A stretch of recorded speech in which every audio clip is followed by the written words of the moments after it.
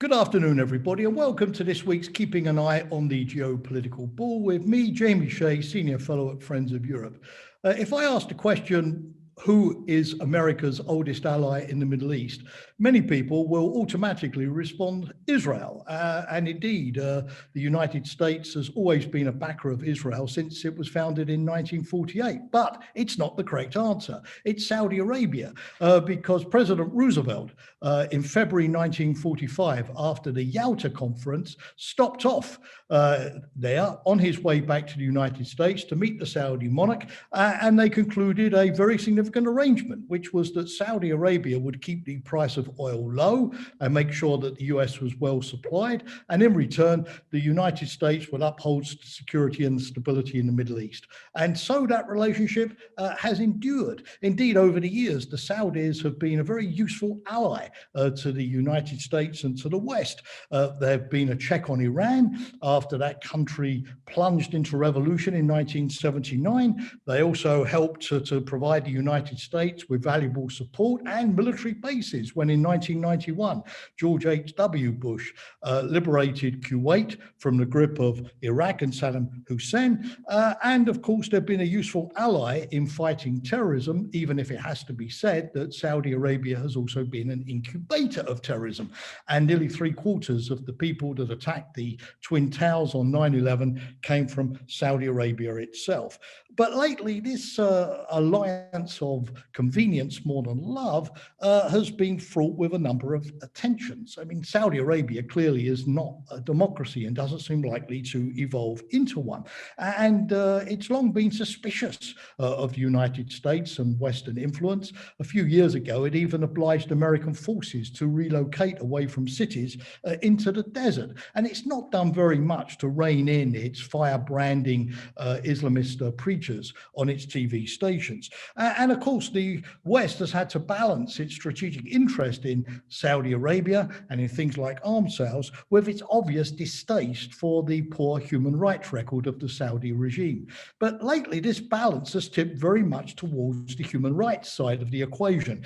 President Biden, newly elected in the United States, has put a lot of emphasis on this, and he's taken moves to downgrade the traditional close relationship between Washington and Riyadh. For instance, he said that the US will no longer supply weapons to the Saudis for their war in Yemen. He's refused to speak directly to the Crown Prince, Mohammed bin Salman, leaving that to his defense secretary instead, Lloyd Austin, as Prince Salman, of course, is the defense minister.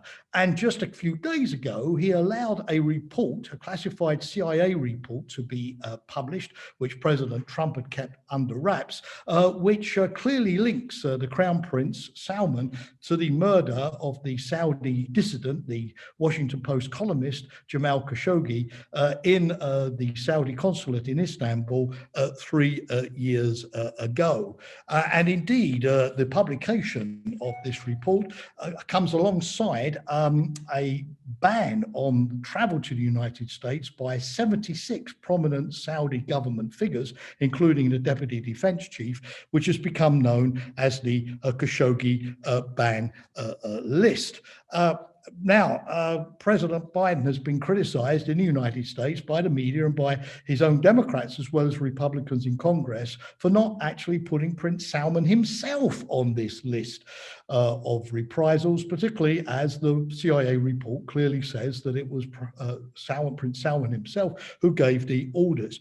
But I think that probably Biden is correct to take this one cautiously, because the United States still needs Saudi Arabia. Why? Well, number one, Iran, of course, despite hopes for a reprise of the nuclear agreement, is still going to remain a trouble factor in Syria and in the broader Middle East, and therefore having the Saudis containing Iran still has its uses. Number two, the Saudis can also rein in some of the other hotheads in the Gulf, for example, in the United Arab Emirates or in Qatar, who have got involved in the Libyan conflict. There are even reports that the Emiratis have been funding Russian mercenaries in Libya. So Saudi Arabia's restraining influence on them can serve Western interests as well. well. And finally, the Saudis have lately shown signs of drawing closer to Israel, as have Bahrain and the United Arab Emirates. And that will help the United States further put pressure on Iran, particularly on the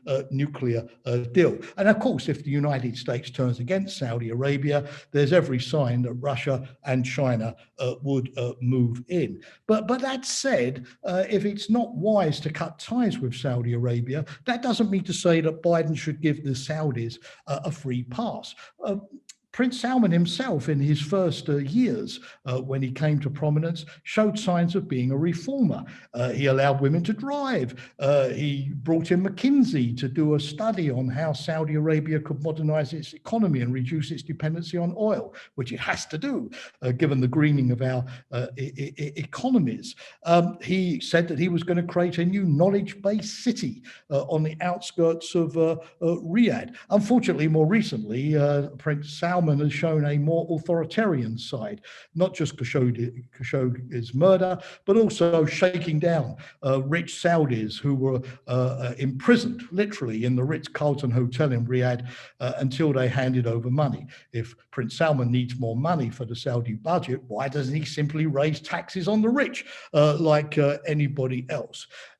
So if the United States could push Prince Salman more towards his earlier signs of a reformist and away from a troublemaker in the foreign policy sphere, the United States and all of us would be well served. So Biden should certainly not let up on human rights. And the United States has been lobbying in the last few days for 2 Saudi female dissidents to be released from prison, although they are not yet allowed to travel. And another thing that the United States has been calling for is that the Rapid Intervention Force, which is this rather shadowy force that the Saudis have used to not just kill Khashoggi, but repress dissidents, should be disbanded because of its appalling record. So in short, we don't always get to choose the allies that we want, any more than we always get to choose the family members that we want. But this is still a key relationship. But the test for Biden and the West over the next couple of years is to nudge Saudi Arabia in a more stable, more predictable, and above all, more reformist direction. Thank you for watching, and I look forward to seeing you and engaging with you next week.